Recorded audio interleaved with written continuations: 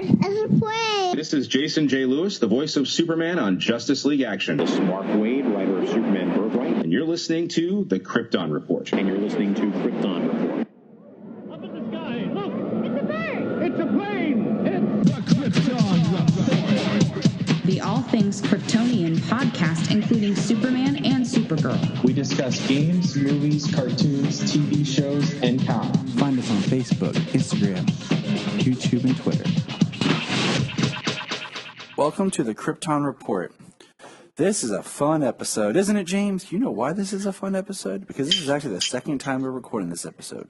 Because the first time we were almost done with it, and we had technical problems, and we lost it all. So now we are back, trying to bring you that same awesome energy that we had last time, that you've come to love from James and I talking late at night. But pairing that with some new information that we have, and actually doing it a little bit earlier in the day. I think we did. Excuse me, my voice cracked. I think we did pretty good that night when we were recording. I know. I told Janine, I was like, it was so good. We had so much fun, witty banter. We sounded like awesome professionals, and now we're just having to do it again. Yeah, can't capture the magic again. No, I can't. So what we're gonna try? We're gonna try to say some things. So we're just gonna jump on in. And we're going to dive into some news, and here we go. Ready? So in December, Pennyworth Season 2 returns, December 13th, I believe. And they're going to... I believe that's what I saw. And they're going to air up until right around Christmas. They're going to have a two-part mid-season finale, then pick back up in January. So that's cool. You know, the DC property that everyone forgot about exists. Because it's not like on anything. Yeah, it's only on Epix. Like it's in that small thing that we discussed of properties that are still pretty much tied elsewhere. You know, mainly they're Batman properties in Smallville. Yeah. I haven't finished the first season. I watched, from what I saw of the first season, first few episodes, I really enjoyed. I haven't gotten back to finish it because it's only on Epix, and I don't have Epix. I'd have to set up a time to do the trial and just binge the whole thing. See, you could do that now. See, when I did it, I had to be crafty and clever. I had to use multiple emails and multiple cards. Oh, jeez. like I had to be sneaky. Sounds like too much energy to watch a show. But you know, I liked the podcast with Phil, and I was enjoying watching it, so I did it. Because it was right there at the time when my company was switching over and Epix was no longer being covered. So, and I was like, no, of course you would take this away from us right now. Right when there's finally something on Epix worth watching. Not that Epix doesn't have programming that's worth watching. I also watched a really cool documentary on punk music, pretty much hosted by Iggy Pop. So that was pretty awesome. Okay, so Pennyworth, check. All right, moving on. Batwheels. A nice new animated preschooler-styled TV series. Preschool. Yeah, and you know, preschool people. I have. It basically looks like Cars with the Batmobile and probably like the Robin cycle. And maybe the Bat plane and the Bat boat. Yeah, they're all best pals. You know, hanging out down the street. You know, doing some cool. Things. So Teen Titans Go to the Movies called it, man. Batmobile's getting his own movie. Coming broom. So that's cool. I have, that's perfect for my kids' age. You know, I showed them the picture of the Batmobile that was released, and they both were like, "Oh, Dad, that looks cool." And I'm like, "Yeah, you know what? I'll watch it." And I would watch it without them just because I would see what it's like. You know why? Because I'm that dang cool. I'm right there with you. I'm going to check it out. Let's see. So, yep, checking that out. All right, Batwheels, check. So, James has a very awesome DC Online character photo. He showed us. So, I posted it on the socials. I was like, yes, I want to play DC Universe Online just to make my own. It'll be an overweight, middle-aged man from Krypton. who, when he came to Earth, somehow did not get awesome powers. He's just cool. And He's just cool. yeah, I mean, Well, you are pretty cool, Tyler. I try, I mean, I often used to joke that I'm like the story of Superman, except instead of getting more powerful when I arrived, I just became weaker in the yellow sun. So it's like the exact opposite, but the same story, And so, Nice. I some people find it amusing. Some people find my humor not funny. My mom, but whatever. It's cool. So, anyways, that's another thing. Just like, some people think it's funny when I have to like complain about, how I still don't understand why I spent so much time in high school learning about finding the slope of a line in calculus and I can't do my own taxes. So, I just think that there is things for all of us that we should work on. Yeah. Some things click, some things don't. Yep, and finding that slope is awesome. All right, keep moving on. What else we got here? We're just cranking it out. Blowing through the news. I guess, so they're making like little shorts of some sort to go along with the death metal soundtrack that's being created. And I guess in one of the shorts, David Hasselhoff is going to voice Superman for the death metal Superman. And I'm like, okay. Yeah. I mean, he is what is he being overwhelmed by dark matter crisis energy or something? All I know is I read part 4. I have not read 4 yet. And I just forgot what part 3 had in it. It sounds horrible, I know, but I'm just like, I feel like this story is so big, and I have not read the tie-ins. I'm like, I gotta read the tie-ins or something. I just feel like it's just so much. I've liked the tie-ins. Like Trinity Crisis was really good, because the idea in Trinity Crisis was they are going to the dark matter dark matter universe. Am I saying that right?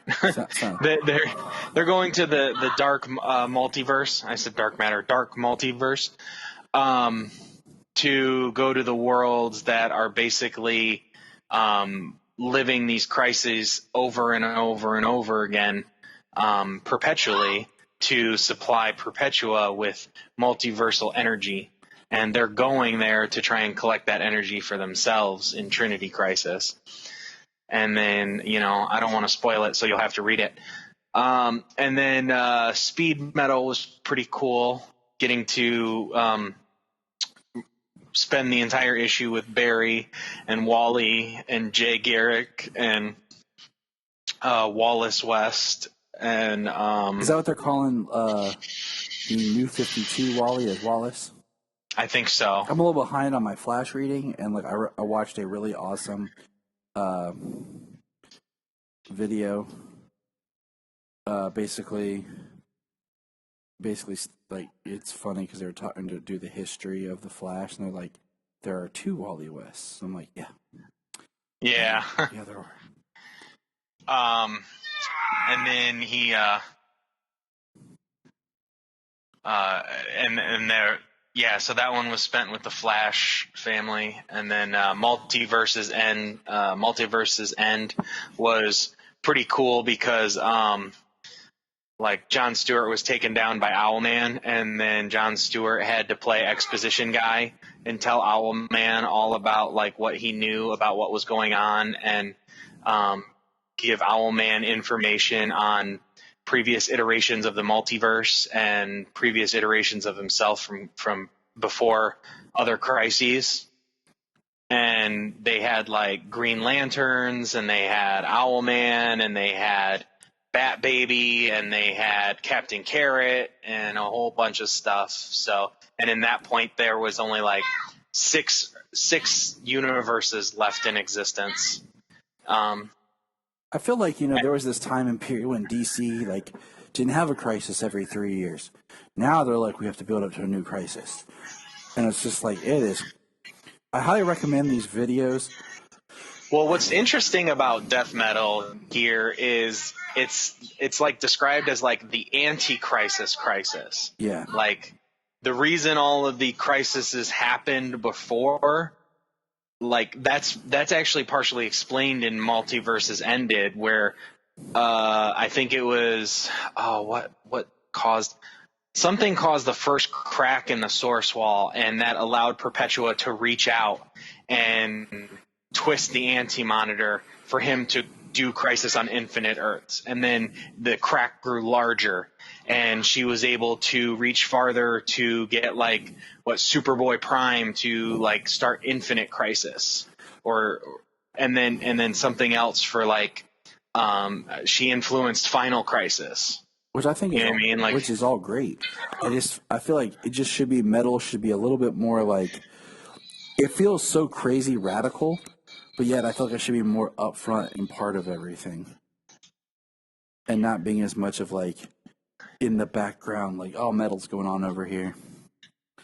But, yeah, it's kind of like I said, it's kind of hard to see like how is metal going, like, and how are all of these other books going? Like, is metal still in the future, and all of these stories exist in the past, like before, right? Because of the way Snyder's last issue of Justice League ended, and then it went into death metal.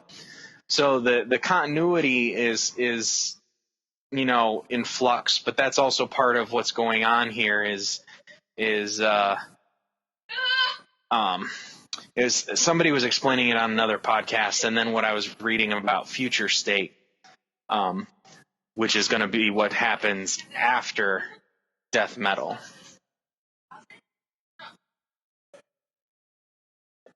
So metal is cool though. I mean, I like Scott Snyder's writing, and just I don't know. I've not been a huge fan of like the Batman Who Laughs. Like, it works, but I feel like it's gotten so big and it's such a mouthful to say. Like, the Batman Who Laughs. Like, his name is literally a sentence. Well, now he's just the Darkest Knight. Or what do they call him at once? He Who Laughs or something. They called him Batman Hatton. So, but yeah, I feel like metal ties into everything else, but yet they're kind of, in a way, it's like being treated as like this side adventure.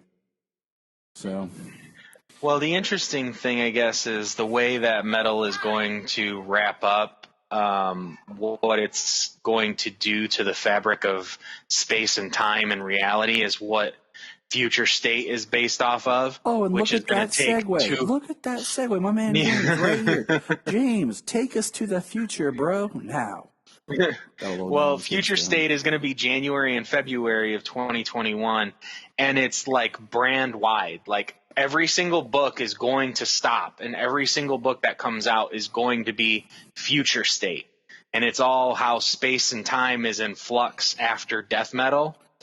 And, I mean, we got a glimpse at it in Joker Warzone, where Batman got trapped in some kind of temporal thing, and he literally reverted back to his first iteration with the wide ears and the purple gloves and stuff. And Commandy came out of a portal or a wormhole or something to get him, and that's kind of like, and that's like the first thing we have for Future State. But there's going to be different stories. We're going to get different versions. Like, we're going to get the Luke Fox version of Batman. We're going to get the Superman, the John Kent version of Superman. We're going to get a South American Wonder Woman. I just saw her name today, but I cannot for the life of me remember what it was. It was a lot to take in trying to read that. Like, it was a thick article, a lot of books. Everything that comes out in January and February is all going to be Future State. Which is kind of cool. And, and then March is going to pick up back to the regular processed system. Yeah. Yeah, the numbering of the issues is going to be intact, but I think their idea is, after Metal and then after Future State, I mean, who knows what they've got planned, but maybe things are a little more settled when it comes to this huge cosmic threat for the time being, anyways, of course.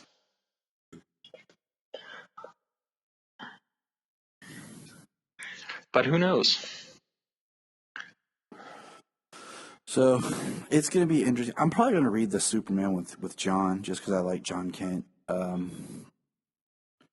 In the article, it was very interesting because they said something about how John Kent, to protect Metropolis, shrinks Metropolis and bottles Metropolis. Yeah. And it puts him at odds with Supergirl. Did you see the cover art for it? I posted it on our social as soon as I saw it.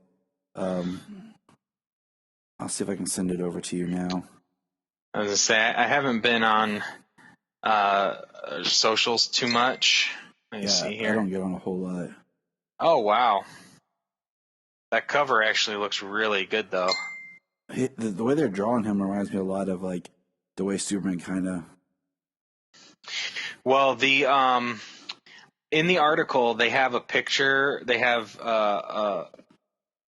it looks, I don't know, maybe like an ad type thing or whatever for Future State, and it's got so many different characters. And I really like the way John is looking and his suit and everything. John is a much leaner character than Clark was.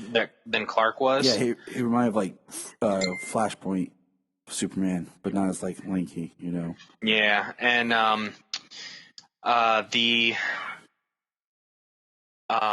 in Deceased number 4. Have you read that yet? No, I'm not even reading Deceased. You're not reading Deceased? No, I just it was one of those I had to make a call. Like, okay, Tyler, you have to take a break on something. Right. I'm not Phil. So, yeah, I've been following Deceased. I mean, Tom Taylor is one of my favorites. So that's why I have Eugene. I've definitely right. Well, in Deceased number 4, they go to New Genesis because they need to try and contact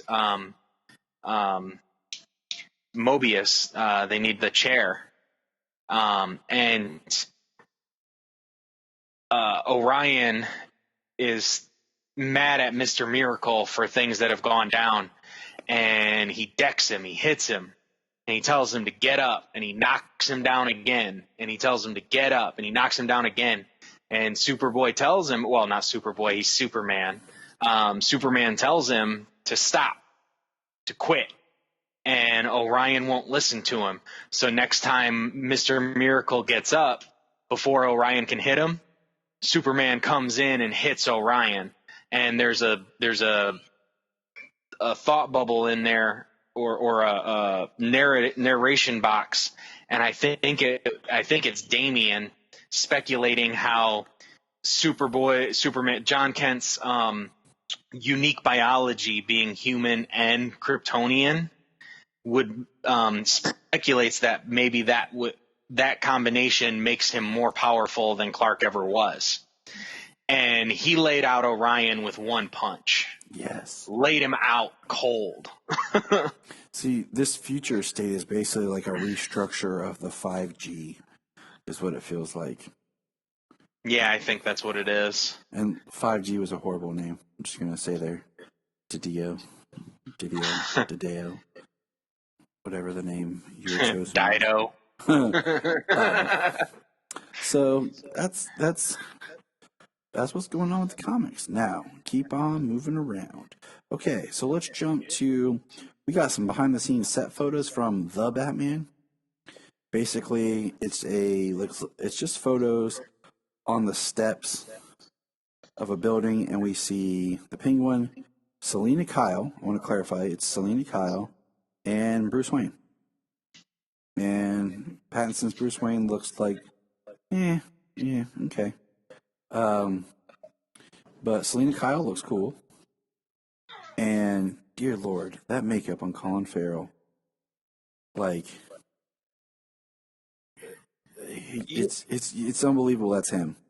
He looks like a completely different person, but from that set photo, from one of those set photos, the way he's like wide-eyed and looking at somebody, you can see it in his eyes. Like, yes. That's definitely Colin Farrell. You can tell. You've seen that look in his eyes in other in other roles he's played, but he looks like a completely different person with that makeup on.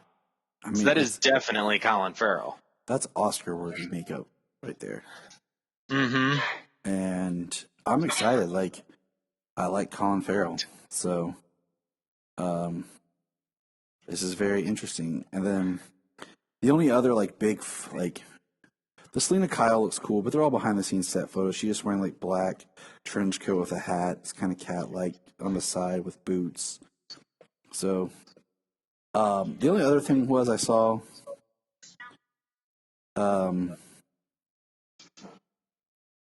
was behind the scene. It looked more of the stunt man doing like motorcycle stunts or something in the bat suit. It looked like he had a gun on his side, and people were like, "Batman has a gun! Batman has a gun!" And I'm just like, you know what? At this point, guys, come on. Like, this is all behind the scenes. It's the stunt performer. And did you see how big the barrel on that gun was? Because you could see it through a hole in the holster on his hip. Did you see how big the end of the barrel of that gun was? It looked quite large. That looks like it's. I think that's going to be the grapple, like a grapple gun or something. I mean, it could very well be. I mean, let's not forget that Batfleck had a rifle that he shot a dart on, straight out of Frank Miller's book where Batman's holding a gun. Yeah, he uses a rifle and he shoots a grappling line across buildings, or a tightrope across buildings with a rifle, because he needed something powerful to be able to do that. So, I mean, and once again, like with the costume photos that came out, he is a stunt performer. A lot of times stunt costumes are made differently for different shots because they're performing a stunt. Yeah. All right. That type of stuff's fixed in post, changed in post. Next thing, moving on. HBO Max revealed that they're going to have a Green Lantern series. And it was more news, and we learned that it's going to focus on not Jon Stewart and not Hal Jordan. But we know Guy Gardner. We know Simon Bass, Jessica Cruz. And we're unsure about Kyle. That was the one that we debated on. Like, we weren't sure if it mentioned Kyle or not. I've heard kind of both ways. But we knew for sure it wasn't John and Hal, because as we speculated, we don't know what's going on with the Snyderverse, because, Hal was supposed to be in Justice League, and then we have our threads about John Stewart, floating around, so, what can that be? And I've said before, like, I think Jessica Cruz has a very interesting story as the Green Lantern, and it would be I would like to see her in Justice League, just for the sheer fact of bringing in another woman into the Justice League. Also an ethnical character who has an amazing backstory, first of all. So why not, Yeah. I mean, her character backstory of how her friends were killed on camping trip, she escaped, and she's lived in fear and hiding out the whole time and stuff like that.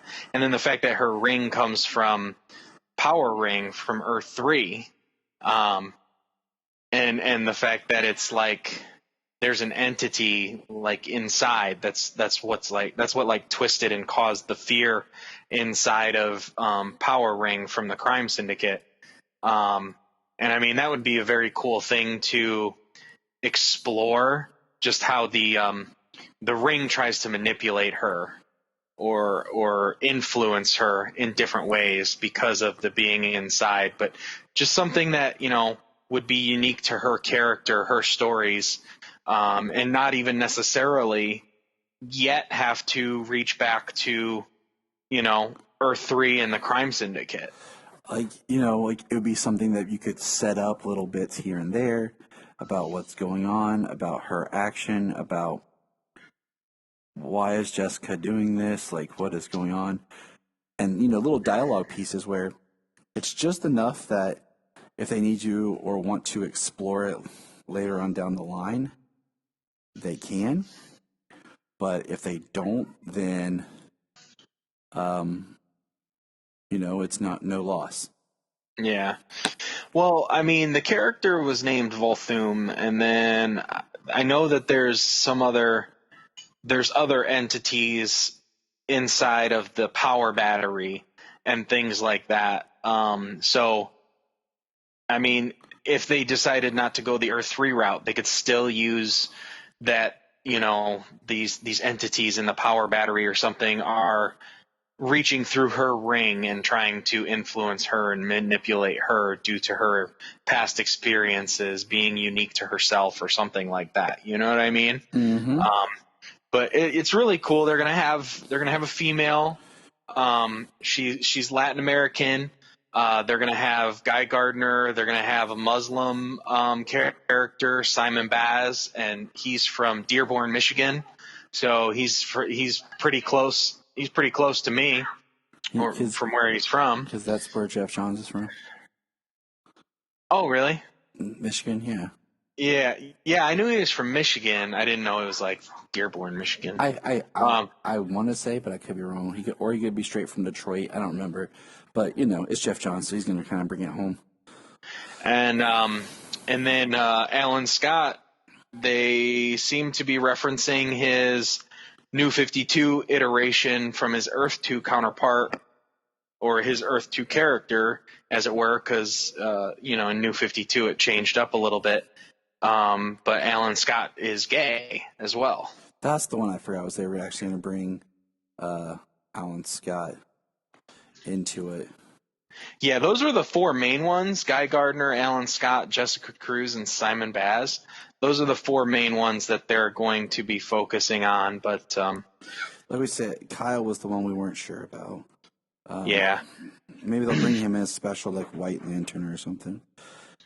Yeah, well, that's his biggest thing is he's the torchbearer. After Hal decimated the core, he was the one who kept the core alive. Like, he wasn't like the biggest core member, but he was the one who kept the core alive. Yeah, and he's the one who gets all people forget. He's like the Tim Drake of the Green Lanterns. Comic fans know him, but people don't know him. But all right, so the last thing, news-wise, was once again DC, Warner Brothers, has rearranged the film slate. I won't even divulge into what dates or what, because they're going to change again probably. But the Batman was the big one, kind of, for me, just because it was going to be, October, Halloween, Batman, Jania's birthday. And now it is spring, March of 2021, which is crazy to think about because when that movie comes out in, 2 years, what I'm saying? We still have a long time now. Because I'm thinking about March of 2021, right? Or no, 2022. My bad. Yeah. Because I'm thinking Solomon will turn 7. So he will be 8 when that movie comes out. Holy moly. No, wait, he'll be 7. My God, I cannot think. He will be 7. He is 5 right now. He will be 7 because his birthday's in January. So, and I'm just that means he'll be old enough that I'll be able to probably take him with me because he's a cool kid and a mature kid and watches everything else almost with me. So not too worried about that. But, the idea is, holy crap, that's 2 years. We were waiting, October of next year, and it's a year. All right, now it's now it's a year and a half. And you're just oh, man, it's going to happen. But at the same time, it's when I look at things through the eyes of my children, I'm just holy crap. Right. Or when you measure time by how old your children are going to be. Like I told you. Oh, my goodness. Like I told you before, Man of Steel came out, and by the time BVS came out, and we followed that so tightly, we moved to North Carolina, moved back, got pregnant, had Solomon, and he was a year old, and the movie came out. Well, dude, Smallville was still on TV when Jimmy was born. I had just bought season 7 when it came out on DVD. Iron Man had just come out that year, and I bought that on DVD. And same thing with The Dark Knight had come out, and I bought that on DVD. All those things came out when I had just bought those when my son was born. And now 23 movies later, and the Marvel Cinematic Universe has like wrapped up its major. Yeah. Like, it's crazy. It's crazy, the passage of time. So, but yeah, I'm not holding my breath because right now they have like the slate said 2 unnamed Warner Brothers films, and then they don't even have really when Black Adam's going to come out. So, well, I mean that even attach it. That could even be like Warner Brothers films, like Fantastic Beasts 3 too. Because that's been put on hold too. That's what I mentioned to a friend due of to mine. all this. Because that's another big tentpole franchise that's kind of not been talked about, and kind of was like, oh yeah, that's coming out. But so that's all caught up on all the news that was added in the time between a couple of days from when we talked last and was trying to record this episode. But now we're going to get back into comics and talk about John Byrne's Man of Steel #2. And the quick summary of this one is, I like this issue. Compared to how I talked about last issue, I like this one. Yeah. So this one focused on Lois Lane. And it was really nice to see the way they did it with Lois Lane. So you can take it away, James. Hold on, let me switch over here to my Man of Steel. There we go. This whole book, I mean, it just takes place over a shorter period of time, like a week, handful of days or whatever, whereas, the first issue took place over the first 25 years of Clark's life. But no, it starts off, he swoops by Perry and Lois on the street, and she's trying to like follow Superman to get an interview with him. They introduce Lex here. Lex's driver tries to get Lois to get in the car, but she basically says that Superman's more important, and that Lex will have to catch her later. And the driver says that he's going to South America and he won't be back for at least a year. So she says much later.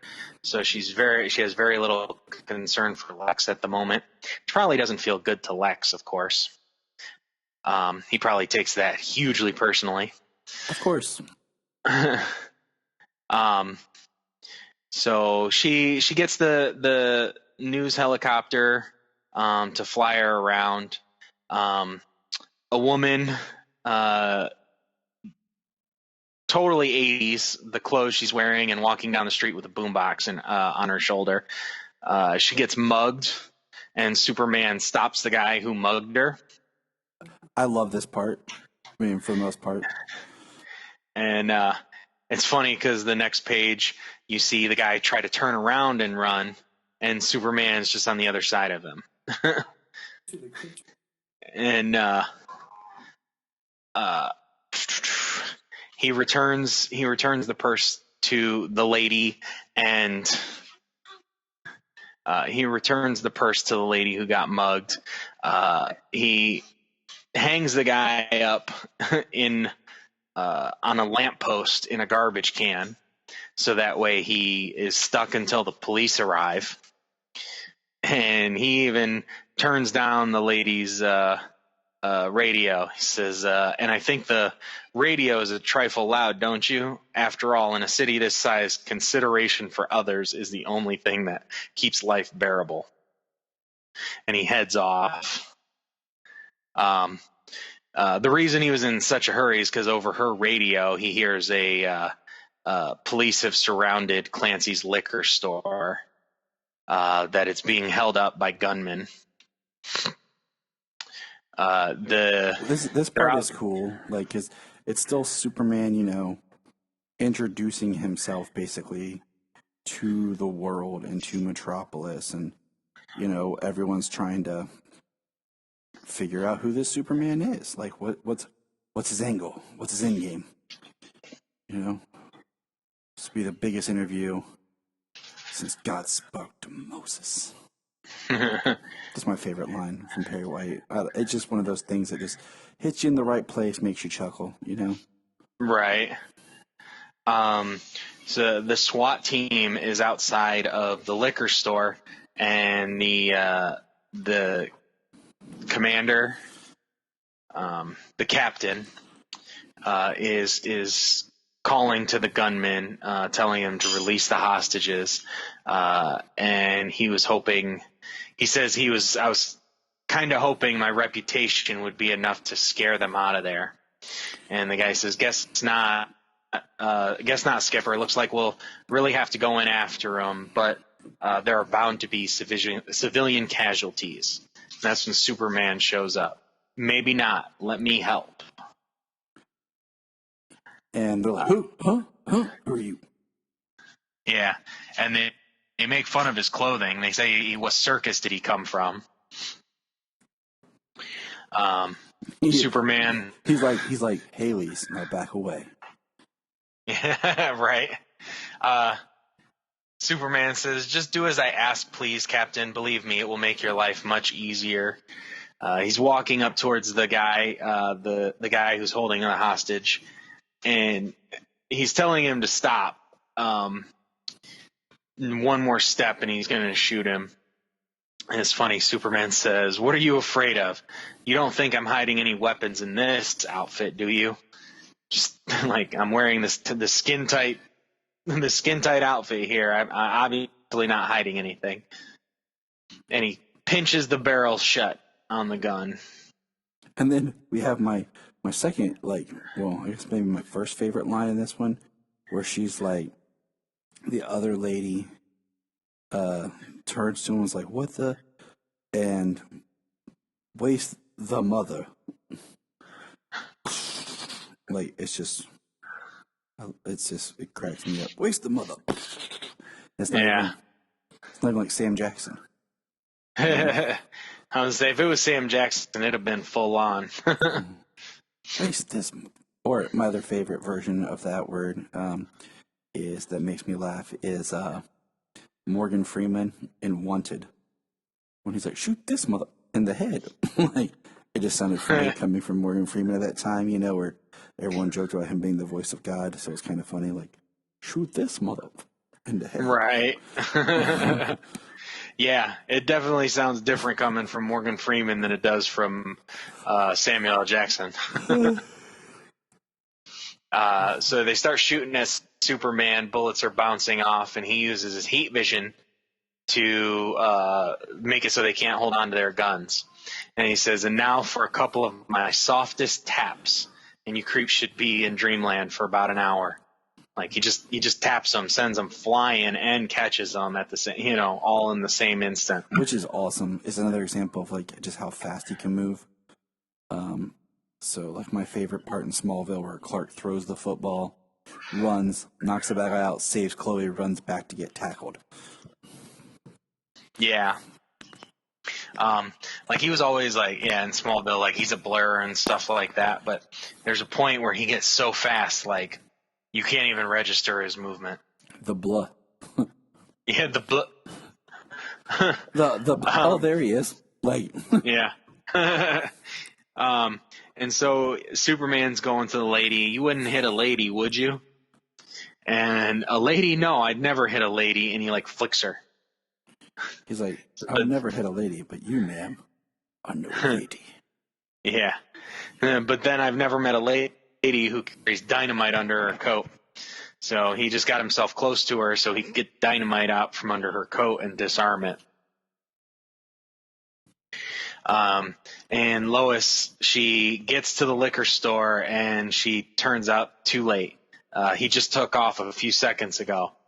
And then the next page here, she's following him to all these different things, a fire, probably like a jewelry robbery or something like that, a train stopping a subway train from hitting somebody who probably fell on the tracks, and stopping some people from robbing an armored truck.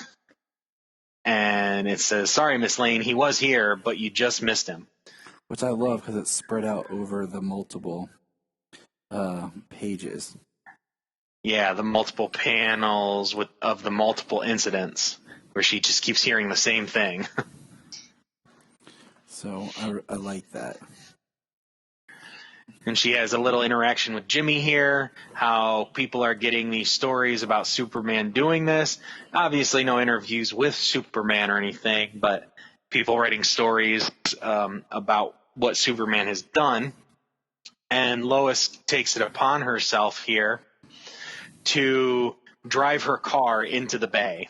Which is a very Lois Lane thing to do. Yeah, to literally draw Superman to her when she could possibly die. So her car is sinking, and Superman dives in after her and pulls her car out of the water, and he flies her back to her apartment. Gets ready to leave, and she screams, "Come back here!" And he says, "Yes," and he's right there. You leaving? He's sitting in her apartment. She brings him some wine, brings him some brie, and they have a short interview. She's asking him some questions.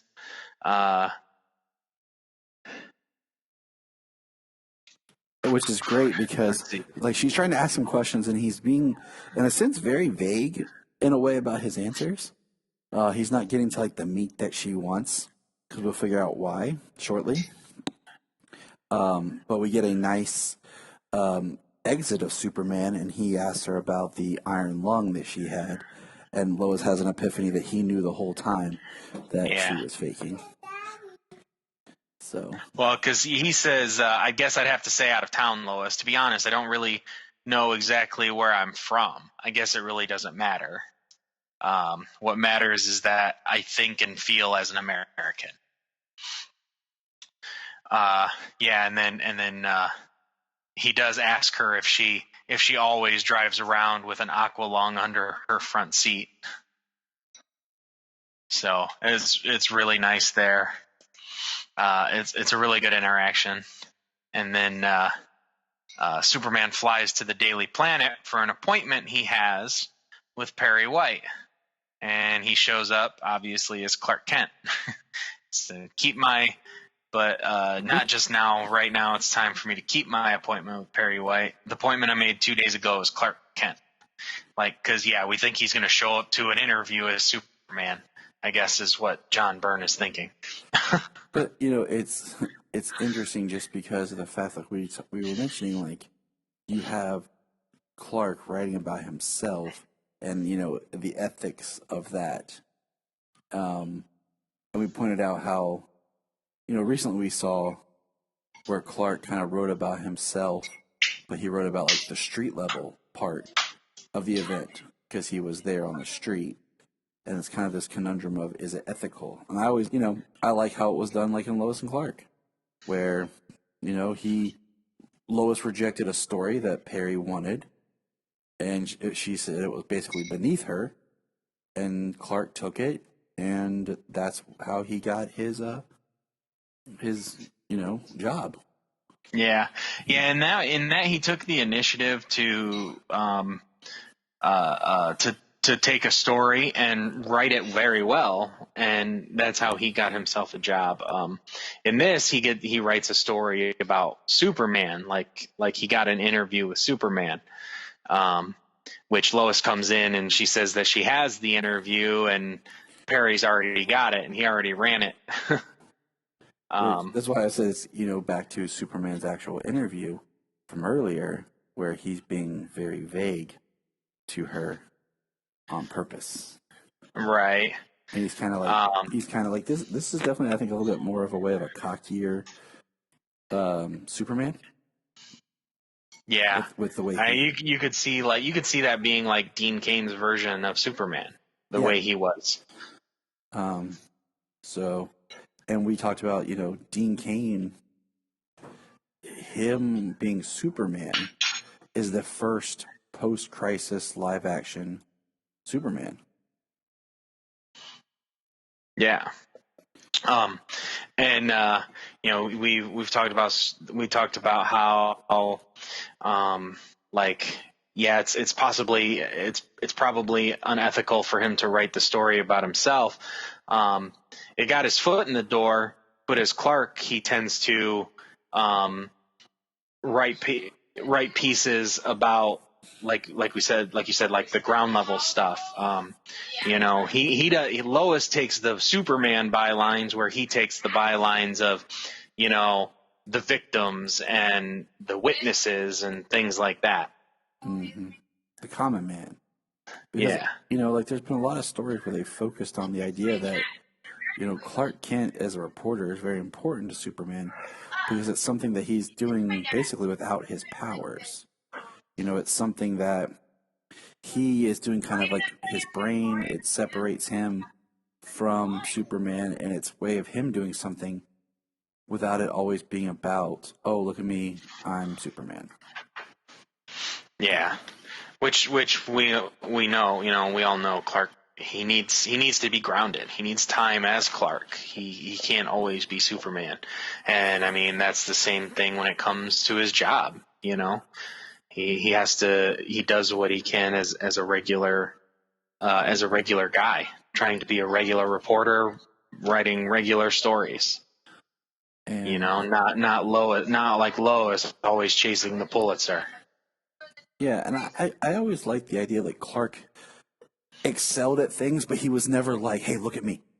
He always kind of tried to keep it just a little bit under. So that was number 2. I really enjoyed number 2. The 9-panel grid. Like we see the gargoyle, and it pans down from the rooftop. Like you don't see Batman on the gargoyle, but it's the gargoyle and like closer, and then like down the rooftop, and then down into the alley, and then you see the guy running, and Batman swoops in and starts attacking him. Batman here, he's been chasing him, and Batman, he doesn't have time to deal with anybody. He wants answers, and he wants them now. He's, how I hate having my time wasted. He's trying to get answers from this guy. His name's Bull, of course. Yeah, right? That was funny. This huge guy named Bull who looks like he's got cauliflower ear. Like, of course, his name's Bull. I didn't even think about that, but yeah. Yeah, he's drawn with cauliflower ear. But I mean, the one thing here that kind of got me, was how he surprised Batman with garbage in his face. He says remarkable. It's like remarkable. Yeah. That seems out of left field there. And on the next page we've got Batman. And this is before Tim Burton's Batman '89. Batman was still throwing a batarang with a line on it. Like, this isn't a grappling hook. So he gets on that and he starts swinging away. And hold on while my computer loads these pages. Technical fun. Yeah, he's throwing away this book. It was a problem on my Xbox when I was reading it earlier, and it's a problem right now on my computer where I'm flipping through the pages and it keeps going back to pages that I like right now. I'm flipping through and I've got you know how I hate having my time wasted, and then I go to the next page and it's the cover. Weird. Yeah, and now it's the page with the line. Well, the next page here, Superman takes his line off the gargoyle and is flying with him. He calls him an outlaw. So weird. And then he's going to take him into the police. And Superman even makes a reference. I've been called that too. And I'm like, yeah, you have. It's like, yeah, I don't know. It's one of those things where it's like, I personally think Superman would be like, let's talk, Batman. Like Superman's an investigative journalist. Like, he would want to sort out and try to figure out the facts. Yeah. I mean, I see that as one way, but I also think that everything that he's investigated to this point of Batman is the stuff that he's found is like the violence and, you know, the criminals who have been brutally attacked and probably taken into the hospital before taken to jail. You know what I mean? Yeah. Kind of on the same lines of BVS. Like why Superman is going after Batman, and in that one, obviously, Batman was going down a very dark path. Which makes sense. Yeah, it fit really well. But Batman drops off the line, and Superman looks, thinking he's gonna fall to his death, and then he disappears. Like, he doesn't know how he disappears. How can that be? In the reports of his activities, I saw no indication of superpower. As a superb athlete and an intuitive genius by all accounts, but I read nothing to suggest he could fly or move at super speed or turn invisible. And then Batman's literally standing on the building. Invisibility is a relative thing, Superman. Sometimes all it requires is wits and a matchless knowledge of the city. I mean, surprising. Yeah, surprising. What? It's true. Yeah, surprising Superman that he is on a building behind him. And then they have an interaction on the rooftop. Batman has this force field that is activated due to Superman's presence. He calls it super dense biological material. In other words, Superman U. Yeah, it was. That was a really interesting, just kind of thing. Yeah, definitely a product of the time. You know, kind of like just this reactive thing that happens. That, you know, just this the super science reactive force field. You know, that only is activated when you're near. But he uses it as a tool to basically make Superman vulnerable, not vulnerable, but the way to beat him so that way Superman can't attack him. Superman can't come for him. Superman says, you realize I could have you behind bars before you even know you've moved. So, you know, Batman knows this. And I mean, didn't we actually experience this same interaction in Frank Miller's Year One? Basically. Where Batman says that he has placed a bomb in Gotham City and an innocent person will die if Superman tries to take him in or tries to beat him or attack him.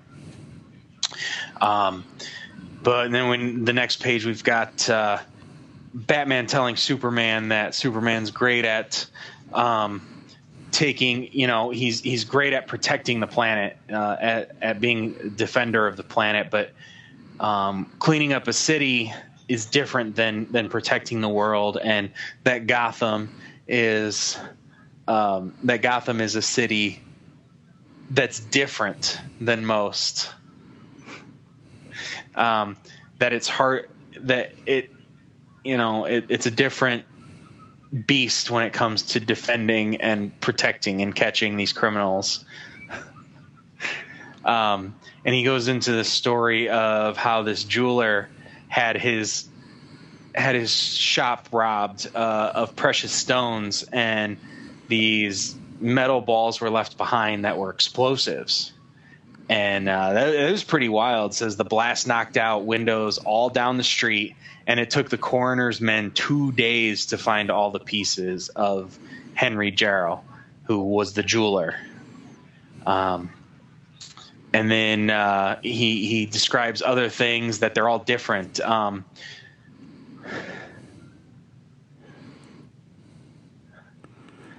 mean, I like this approach. Like, for the most part of the two of them first meet. I think it's always a fun story that writers want to find. Yeah, this was a good interaction the first time they met. The difference in their methods, the difference in the things that Batman deals with as opposed to what Superman deals with. Chancellor's Diamond, a poison gas bomb was left in place of the Regency Emerald, 3 dead. Williker's Rare Stones and Gems, a gadget that squirted acid, 2 dead and 1 horribly disfigured. Tenenbaum's Antiques and Collectibles, a little steel rook that fired razor-edged blades, 3 dead and 2 hospitalized. Like, I mean, it's brutal what's happening, and the things that he deals with, just small things. He has to do the detective work to find. An hour ago, my investigation led me to a man called Bull Carter, and that's the guy he was chasing. And Bull works for Magpie, which I had never seen. I've heard of Magpie, but I had never seen her before. The only 2 places I seen her before this book was Gotham, and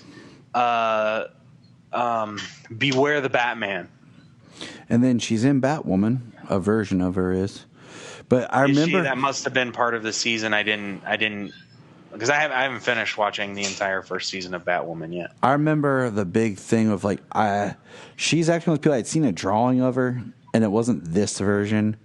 And I'd heard that she was in this story, but I remember seeing her, like, because one thing Beware the Batman wanted to do, which it gives me, like, I respect them for, but at the same time was not a good idea, was they wanted to bring to life all the villains that people didn't know.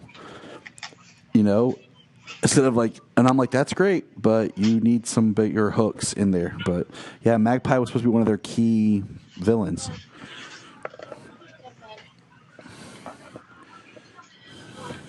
In the morning. Like some sugar. Magpie's very upset.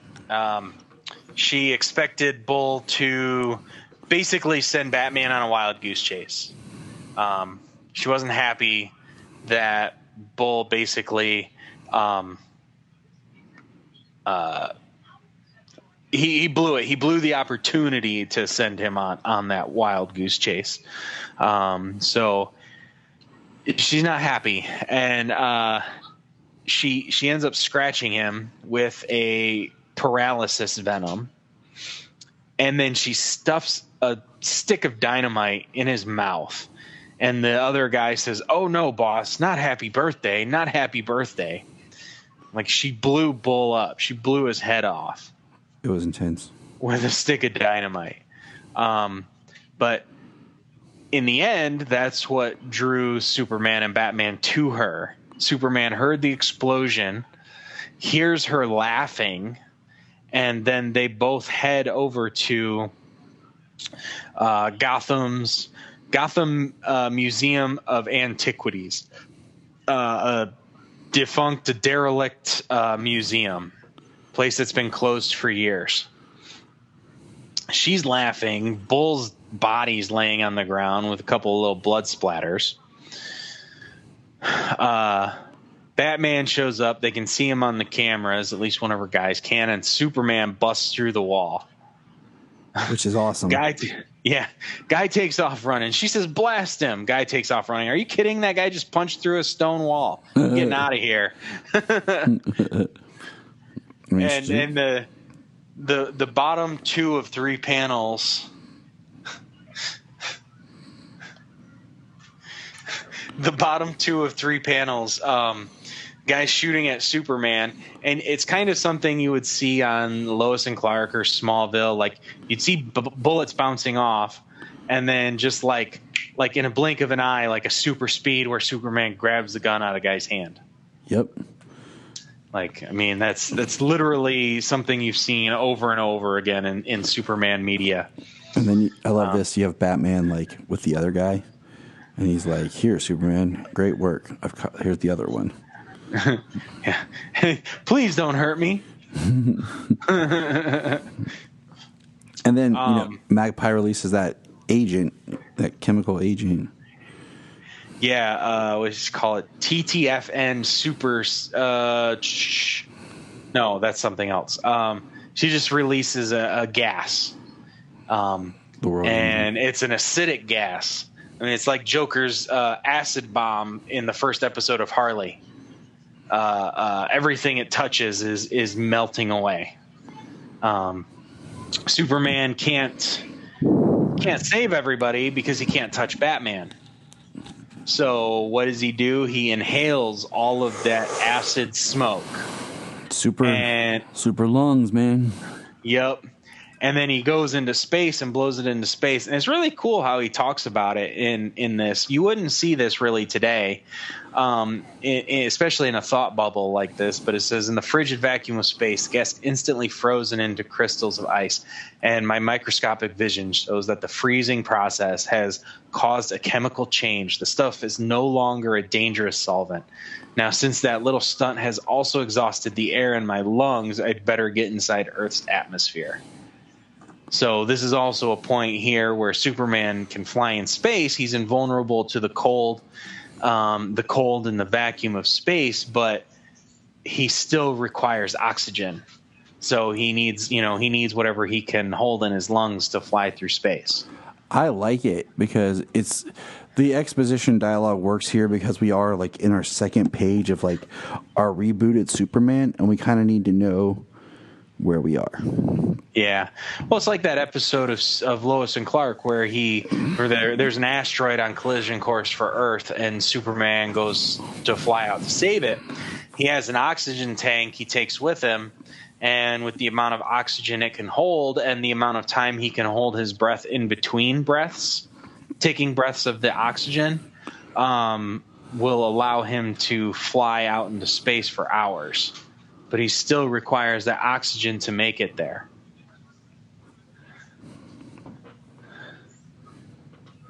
So I like it.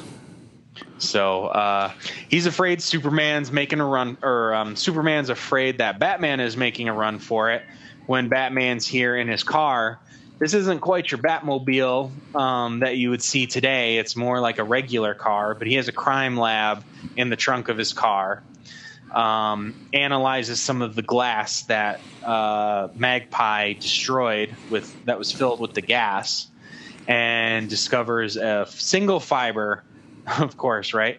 A single fiber that is 5,000 years old, ancient fiber. So, of course, Batman deduces the only place that it could possibly originate from, which is the Gotham Museum. And they find Magpie in the Gotham Museum. They show an Egyptian exhibit, and they discover her to be Margaret Pye. And they discuss about how she is psychologically broken. She's not a real criminal, not the kind of gutter slime I've dedicated myself to destroying. She's just a frail human psyche, an unbalanced id that got pushed too far. You saw the psychological profile in her record. A little girl who loved pretty things a trifle too much, perhaps who was taunted and called Magpie because of it, who educated herself, became a curator of one of the nation's leading museums, and found herself having to watch over pretty things she could never possess. I thought that was interesting. Yeah. But Batman still, I feel sorry for her, Superman, but I feel more sorry for her victims. Even though she's psychologically broken, it doesn't excuse her actions for killing people. I like what Batman says, like, about feeling sorry for her, like how he explains it back to Superman. Like, I liked it a lot.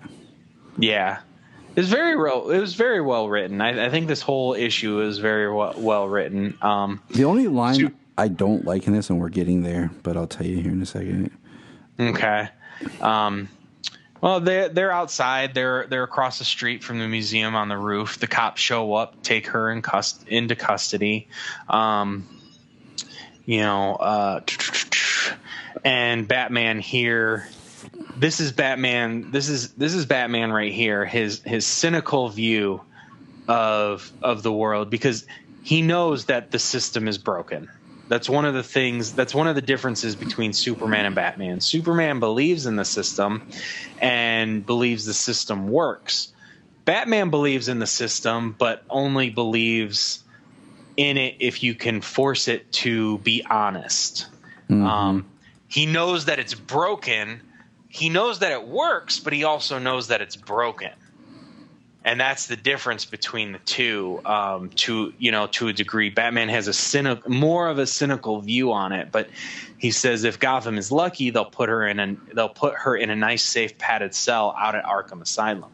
And if we're unlucky, she'll find herself a hotshot legal eagle and be back on the streets before you're halfway home to Metropolis. And then you got Superman. You sound bitter, Batman. I guess you've got reason. Your Gotham is different from my town. It's true. And then we got, Batman here saying he hasn't slept in 4 days. So I think Batman's kind of tired now. Needs to at least sleep once or twice a week. But Superman stops him. We still have the matter of an innocent life you placed in jeopardy. And Batman says, "Oh yes, the bomb." And Batman had the bomb on himself the whole time. He had a real bomb, so it made sure he wasn't lying, because he also says, "I also knew that with your great powers, you'd probably be able to tell if I were lying." Yep, and that's makes sense. So he didn't put an innocent life. He didn't put anybody else's life in danger but his own. Which I like. But he was honestly in danger. So, he wasn't lying. But to make it effective, Superman had to believe it was somebody else and not him. So the line that I don't like is the last line. A remarkable man, all things considered. Who knows? In a different reality, I might have called him friend. Like, that's a weird way. Like, why can't they just eventually be friends? Why, it's just a weird way of like, right. Maybe we've been friends someday. Well, I almost wonder if that wasn't like, I don't know much about anything before Crisis. You know how I'm not much of a Silver Age reader at this point. I haven't gone back that far yet. I almost wonder if this wasn't like a kind of like a callback. Like, I'm sure World's Finest was out before in the Silver Age, right? When they were okay. So there were probably times where they were friends before in a quote unquote another reality. So I think that this is kind of just like a callback to that. Like, this is their first meeting. This is a darker, more confrontational Batman. This is a different Superman than there was before. So I think that's more or less kind of what it is. It does kind of stand out, I think, but just upon review and this being the Superman, right? This is the Superman immediately after Crisis. This is the beginning. This is their first meeting. So that's what I take from it. It makes sense. It would be cool. But yeah, I enjoyed issue 3. This one, okay, so with the 3 that we've read so far, if I had to order them by favorite to least favorite, it would go 2, 3, 1. I probably say the same. And 2 and 3 aren't really, and 2 and 3 are not, they're almost indistinguishable from 1 or 2. I mean, on any day, it could probably be one or the other. My reasoning behind it is, we already know how I feel about issue 1, so I don't have to go into all that. But my thing is, 2 felt more organic, where it starts. This one still feels weird, like all of a sudden, like Superman's just decided to hunt down Batman. Right, yeah, there is no lead into it. That's true. There is no buildup that we get, say, in like BVS. You know, there's no buildup before he confronts Batman. So that's just kind of my he just shows up and like. So I mean, it works, but That valid reason, definitely. For sure, yeah, valid reason. I like I said, I think on any day here, it could be 2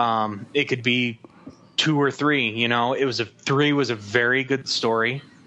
It just like you said, it just happened. But 3 was a very good story.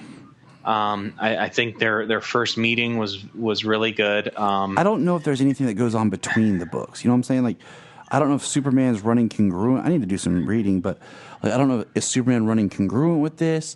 So like, you're reading the Man of Steel miniseries, which is like the high points, but we also have other things going on in the actual Superman book. I don't know. Mm-hmm. Yeah, I don't. I don't know. To me, yeah, I really don't. But it was very good. I don't have any complaints other than just like no. I'm enjoying it. I'm enjoying. Book 1 is definitely my least favorite out of the 3 that we've read so far. Which is so weird. I'm enjoying the whole. Yeah, I liked it, but it's just my least favorite. But yeah, it's a good series. I'm glad we're reading it. So, all right. Anything else you want to throw in there and add, James? You can think of? No. Looking forward to reading book 4. Got Lex Luthor on the cover there, and where else can we go but to Luthor? Yeah, of course. So, jumping back to our recent dive into Legion, I'm actually enjoying it a lot more than I thought I would. Just like, I don't know. It's kind of neat because it's like, it's new to me, but it's an older cartoon, and it still has that older cartoon flair and flavor that I miss. So, episode 2, I watched with the kids, and it was good. Like, the heart, like I had seen it before, but I kind of forgotten it. Timberwolf is the episode.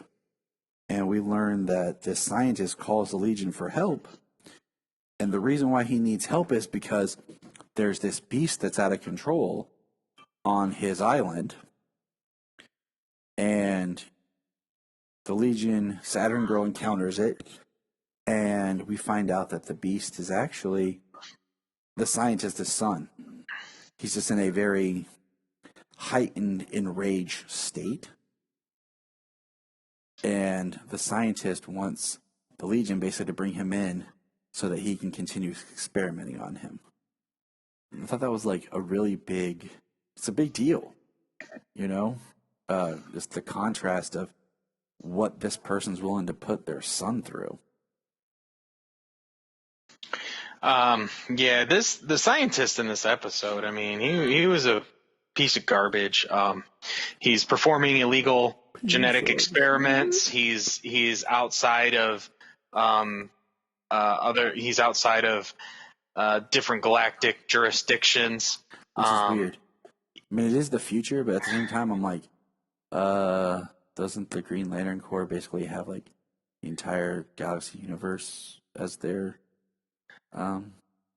right? So. I mean, they do have different things. I mean, like, I don't know, like the Ghost Sector, or, you know, like they probably have certain areas that are probably like just outside of like the Green Lantern sectors. You know what I mean? Maybe some unexplored areas or something. Yeah. Or that makes sense. You know, kind of like the Outer Rim, what have you. The Outer, this ain't Star Wars, man. The Outer Rim.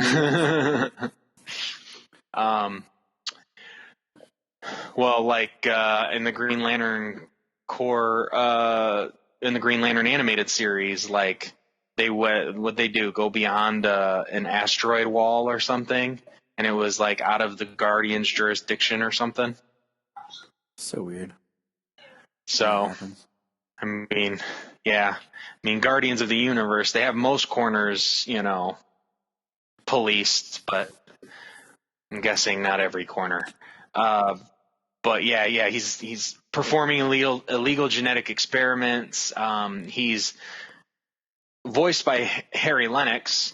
Harry Lennox? Henry? Yep. Harry, right? Yep. And which is really cool. I mean, it's legacy right there in DC. And this is before he was in Man of Steel. Yeah. So, and like Man of Steel was like his legacy cast. Mm-hmm. But yeah, he's a trash person, and he did these experiments on his own son, as well as who knows who and what else.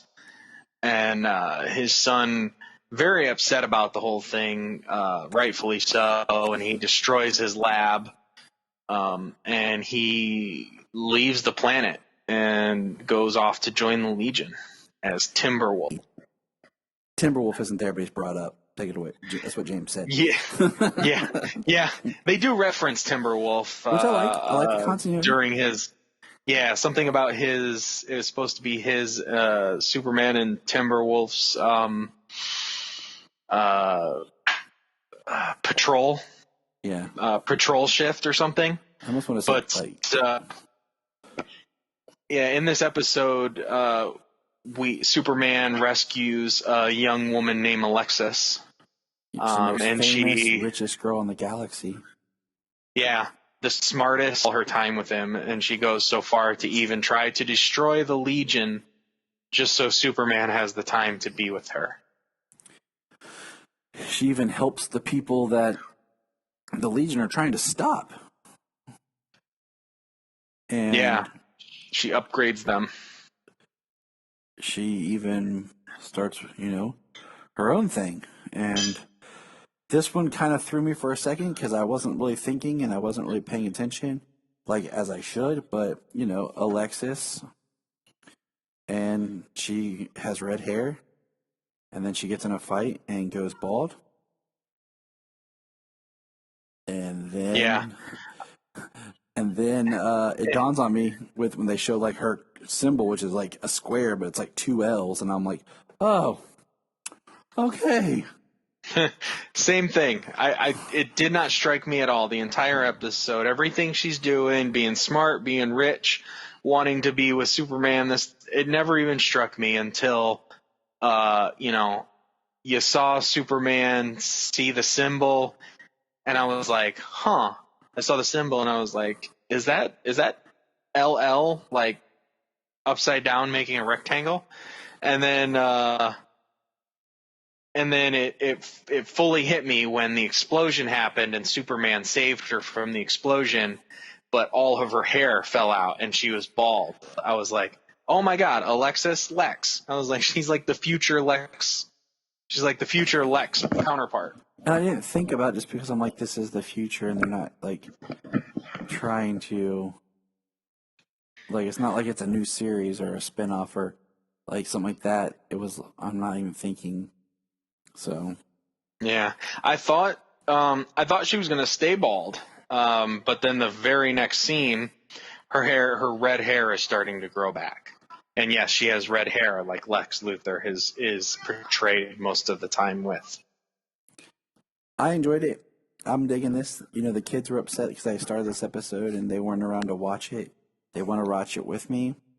So that's been one of Looks our like things. You're going to have to watch 3 episodes next time. You're going to have to watch this episode so the kids can see it, and then the next 2. oh darn. Oh, what punishment is this? Having to watch such a awesome Superman cartoon. Just like today, my beautiful, amazing daughter was like, Daddy, let's watch Smallville. What? Was that? That's awesome. Because I pulled it up because I noticed that the Smallville pilot on Hulu, because I was trying to find that scene that I'm just laughing about, where Lex or the school bus, one of them, I was screenshot running to wasn't there either. Mm-hmm. They added in extra footage that they cut out for commercials and for time constraints. So the DVDs have footage and jokes and things that you've never seen from the DVD. Half-price books and try to find all these DVDs. I used to have Find all the Friends DVDs, yes. I have season 10 on DVD because at the time my roommate had all the others, but not season 10, so I bought that one because I was like, we're roommating and sharing. Look up in the sky. Look up in the sky. Look at the sky.